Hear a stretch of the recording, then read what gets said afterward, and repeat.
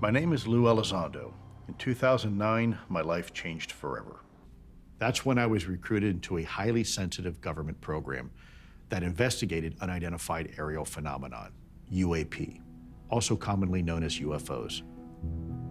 My work for the U.S. government goes back almost 30 years to when I joined the U.S. Army. From there, I had the good fortune of being recruited into various programs within military intelligence.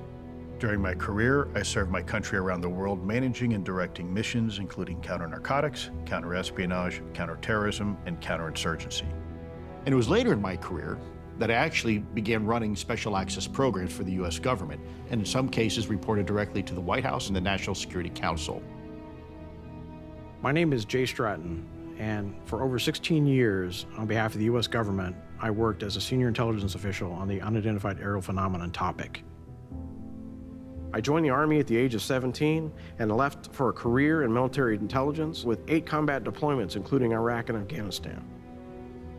After the Army, I joined Naval Intelligence, and then I transitioned to the Defense Intelligence Agency, where I was the Chief of Air and Space Warfare inside of the Defense Warning Office. It was at the DIA that my colleagues and I started getting reports of what are now called UAP. We went all over the government, the Pentagon, every intelligence agency, anywhere we could think to try to find the UAP program, assuming there was one.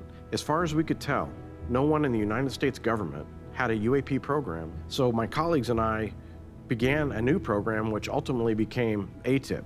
The Advanced Aerospace Threat Identification Program, AATIP.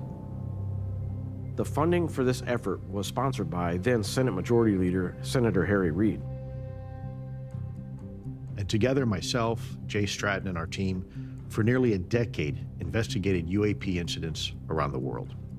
Based on hard evidence and data, we learned that UAPs present serious national security concerns and a potential existential threat. Simply put, transmedium crafts, vehicles that have the capability to operate in space, air, and water, and seemingly defy all that humanity knows about physics, have been operating with complete impunity around the world since at least the 1940s.